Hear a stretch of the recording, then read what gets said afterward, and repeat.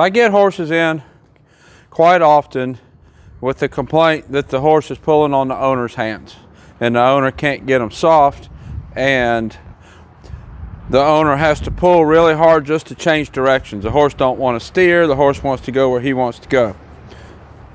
I want to talk a little bit about why that happens.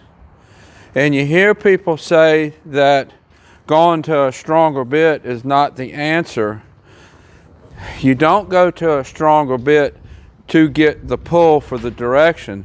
You go to a different bit to get the body in the correct position to do what you're asking the horse to do. And that's what goes on quite often when a person is having trouble steering in a snaffle bit. I have this horse in a shank bit. It's just a little low port, solid mouth. I'll put a link to it so you can see it.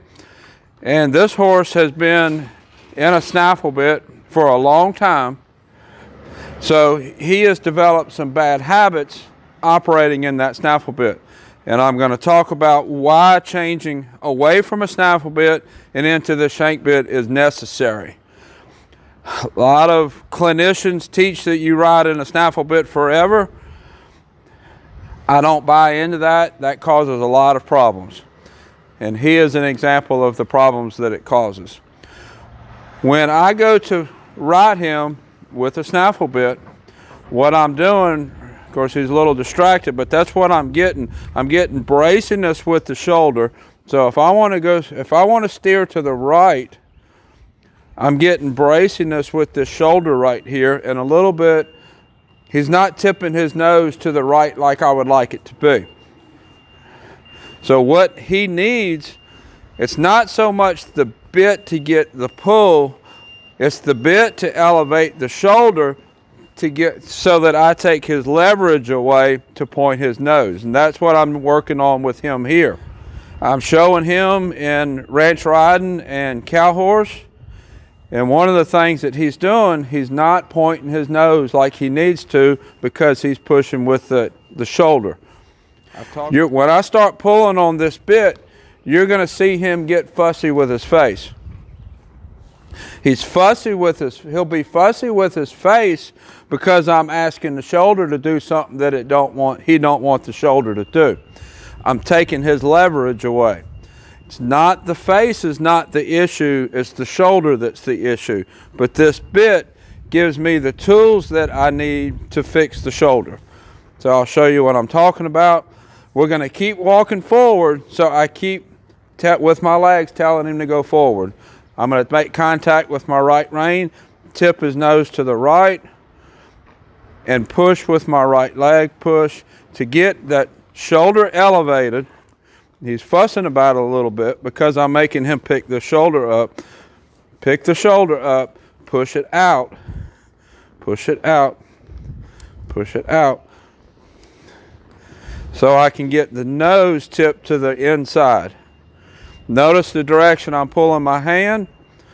Push, push. I'm kind of wanting the leg yield out a little bit. Notice the direction I'm pulling my hand.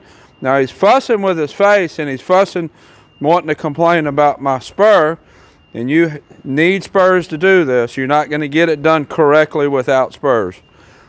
He's fussing about all that because I'm making him use his body in a way he don't want to. I'm taking away his leverage. That's why he's fussing. It's not hurting. I'm not jabbing with my spurs.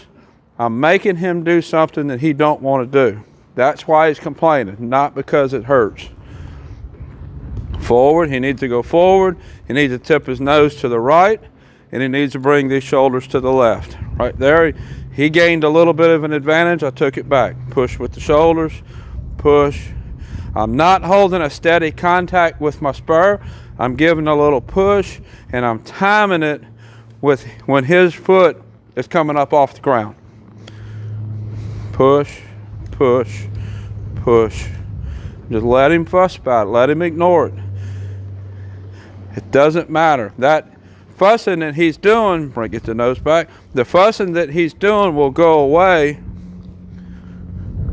when he uses his body correctly. He don't understand that him lifting this shoulder not only makes that was a better walk, I'm gonna release. He doesn't understand that him lifting the shoulder and taking that leverage away not only makes the steering easier for me to go where I want him to go, it also makes it easier for him.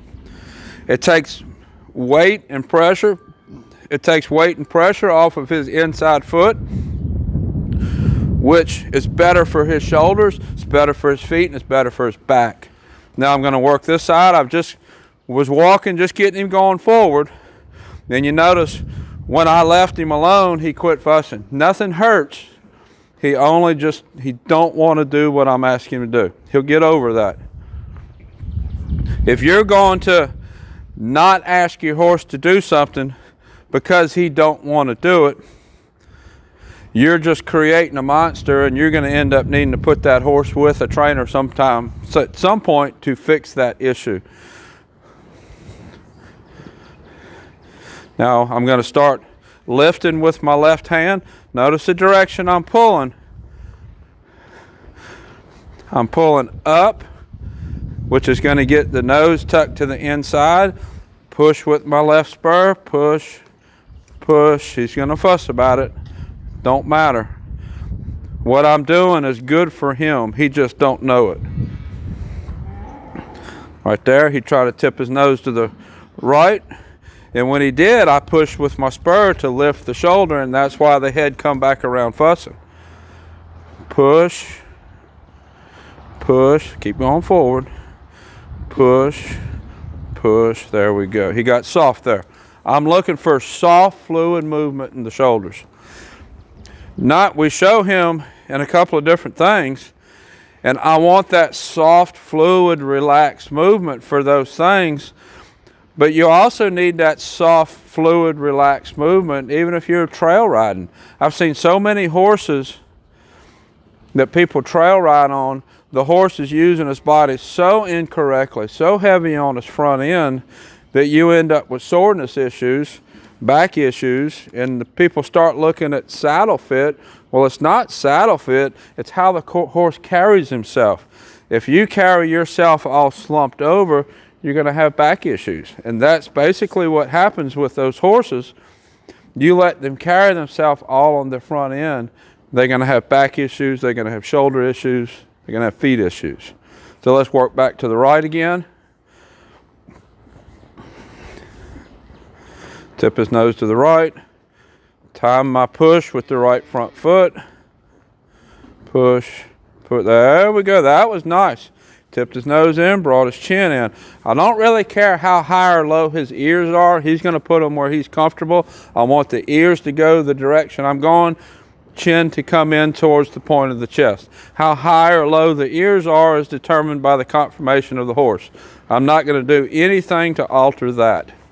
Let's do that one more time.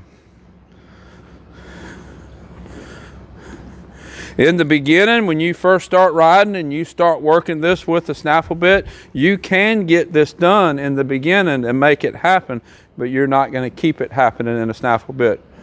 When that horse gets a little older, he's going to learn to play tricks. Push. He's just fussing. Don't ignore it. Does not matter. There we go. Push. Push.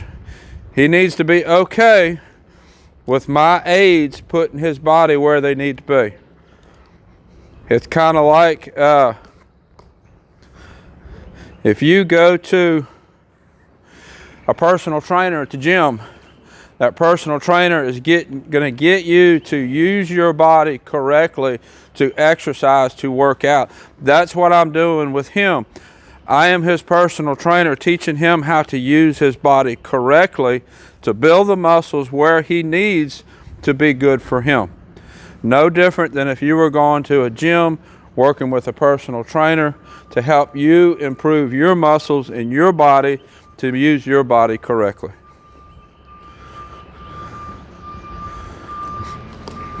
I've done more videos of him. This is Trigger. I've done quite a few videos of him. I'll put a link to one or two of the videos up here. And until next time, thank you for watching.